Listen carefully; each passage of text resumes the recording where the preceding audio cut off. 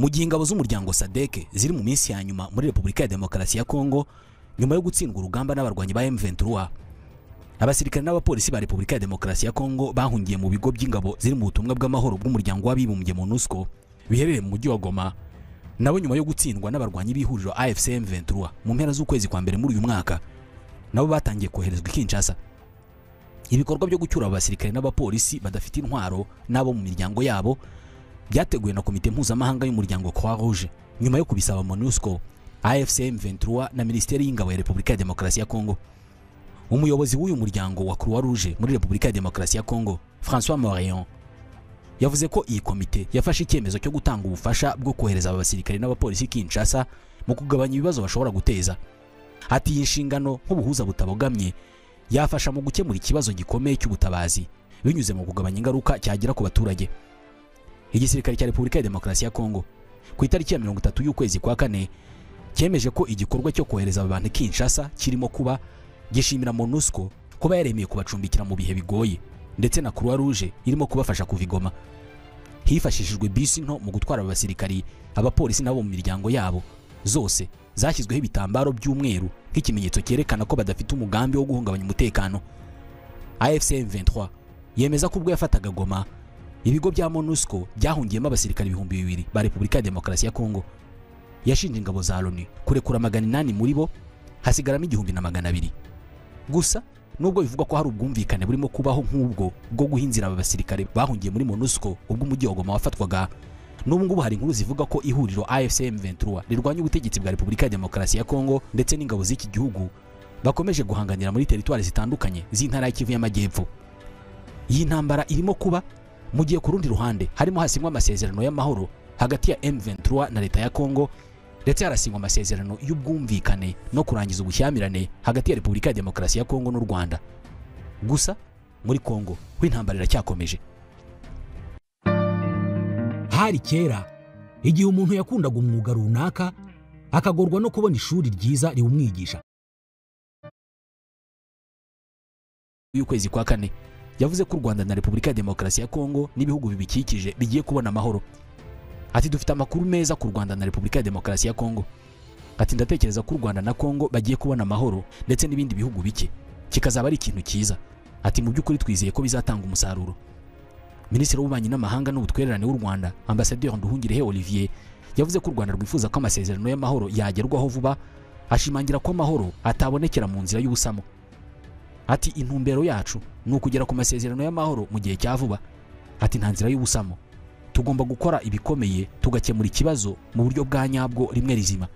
Amasezerano agena amahame aganisha ku mahoro ashingira ku biganiro byari bikomeje biganisha ku gukemura amakimbirane arimo ayo mu karere, birimo ibiyobowe n'umuhuza washyizweho n'umuryango wa Afurika yunze ubumwe akaba na Perezida wa Togo Faure Esozima Nyasimbe. Ashingira kandi ku byagezweho mu biganiro by'u Rwanda na Repubulika ya Demokarasi ya Kongo n'ibya Repubulika ya Demokarasi ya Kongo na AFC M23 na Qatar kuva mu kwezi kwa gatatu mu mwaka, ndetse n'imyanzuro yafashwe n'abakuru b'ibihugu byo mu muryango wa Afurika y'Uburasirazuba n'Afurika y'Amajyepfo. Ubufaransa bwahagarariwe mu biganiro byabereye i Doha ku itariki ya 30 y'ukwezi kwa kane bwagaragaje ko bwifuza gutanga umusanzu wabwo kugira ngo amahoro aboneke mu karere. Perezida w'Ubufaransa Emmanuel Macron yahuje Perezida Paul Kagame na Felix Tshisekedi mu kwezi kwa 9 mu 2022, ndetse yagerageje kongera kubahuza mu kwa kabiri muri uyu mwaka, gusa ntibyamushobokera. Gusa nubwo harimo kuvugwa ibyo kumvikana hagati ya leta ya Kongo na leta y'u Rwanda ndetse no hagati ya leta ya Kongo n'ihuriro AFC M23 bamaze igihe bahanganye, harabagaragaza ko nta cyizere babifitiye kubera ko ngo ni kenshi kumvikana byagiye bibaho ariko ntibitanga umusaruro biturutse kenshi kuri leta ya Kongo n'abafatanyabikorwa bayo. Ariko kuri inshuro birasa naho noneho kera kabaye leta ya Kongo nayo yemeye ko ibyo gukemura ikibazo biciye mu ntambara bitazakunda, ahubwo byose bikwiye guca mu biganiro. Umuvugizi wa guverinoma ya Repubulika ya Demokarasi ya Kongo, Bwana Patrick Muyaya, yagaragaje ko impinduka zagiye ziba ku kibazo cy'umutekano muke mu burasirazuba bw'igihugu cyabo arizo zatumye Perezida Felix Tshisekedi ava ku izima akemera kuganira n'ihuriro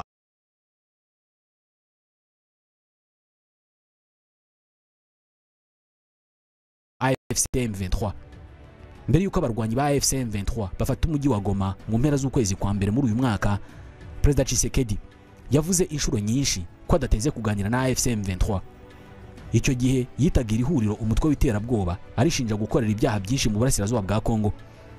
ukwinangira kwa Perezida Tshisekedi niko kwatumye amasezerano y'amahoro yari gusinyirwa i Rwanda muri Angola ku itariki ya 15 y'ukwa 12 mu mwaka ushize adasinywa. Ibiganiro byari bimaze imyaka irenga 2 bihuza u Rwanda na Repubulika ya Demokarasi ya Kongo birahagarara. Mu kwezi kwa gatatu muri uyu mwaka, Angola yavuze ko Repubulika ya Demokarasi ya Kongo na AFC M23 bagiye gutangira ibiganiro bitaziguye kandi ko ibyo biganiro bizabera i Rwanda, ariko ntabwo byabaye biturutse ku bihano abayobozi b'iri huriro bafatiwe n'umuryango w'ubumwe bw'Uburayi. Nyuma yaho Angola inaniriwe guhuza impande zombi, Emir wa Qatar Sheikh Tamim bin Hamad Al Thani yahuje Perezida Paul Kagame na Felix Tshisekedi ku itariki ya 18 y'ukwa gatatu, bemeranya ko ibiganiro bya politike ari byo byakemura amakimbirane. Abahagarariye Repubulika ya Demokarasi ya Kongo na AFC M23 nabo batangiye guhurira muri Qatar, buri ruhande rukagaragaza ibyifuzo byarwo. Ku itariki ya 23 y'ukwezi kwa kane bagiranye amasezerano yo guhagarika imirwano kugira ngo ibiganiro bikomeze bibe mu mwuka mwiza. Mu kiganiro na TV5 Monde, Patrick Muyaya yabajijwe impamvu Perezida Tshisekedi yavuye ku izima akemera ko Repubulika ya Demokarasi ya Kongo iganira na AFC M23, asubiza ko amakimbirane yo mu burasirazuba bw'igihugu cyabo yanyuze mu byiciro byinshi bitewe n'uburyo yagiye ahinduka, biba ngombwa ko perezida wabo ahindura icyemezo. Umuvugizi wa guverinoma ya Kongo yakomozaga ku buryo ibiganiro bitandukanye byabayeho nyuma yaho AFC M23 ifashe Goma, haba ku rwego rw'akarere, Afurika no hanze y'uyu mugabane, byose bisaba ubutegetsi bw'igihugu cyabo kuganira n'iri huriro. Ati bisobanuye ko hari ibyemezo byafashwe tudashobora guhindura uyu munsi kubera ko aya makimbirane yanyuze mu byiciro byinshi.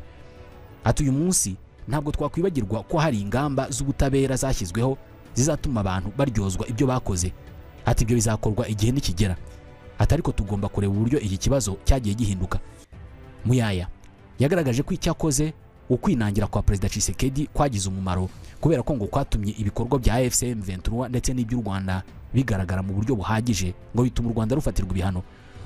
Mu gihe ibiganiro byowe na Qatar byari bitangiye gutanga umusaruro, Amerika nayo yatangiye guhuza u Rwanda na Repubulika ya Demokarasi ya Kongo ku itariki ya 25 y'ukwezi kwa kane, bagirana amasezerano agena amahame aganisha ku mahoro arambye mu karere.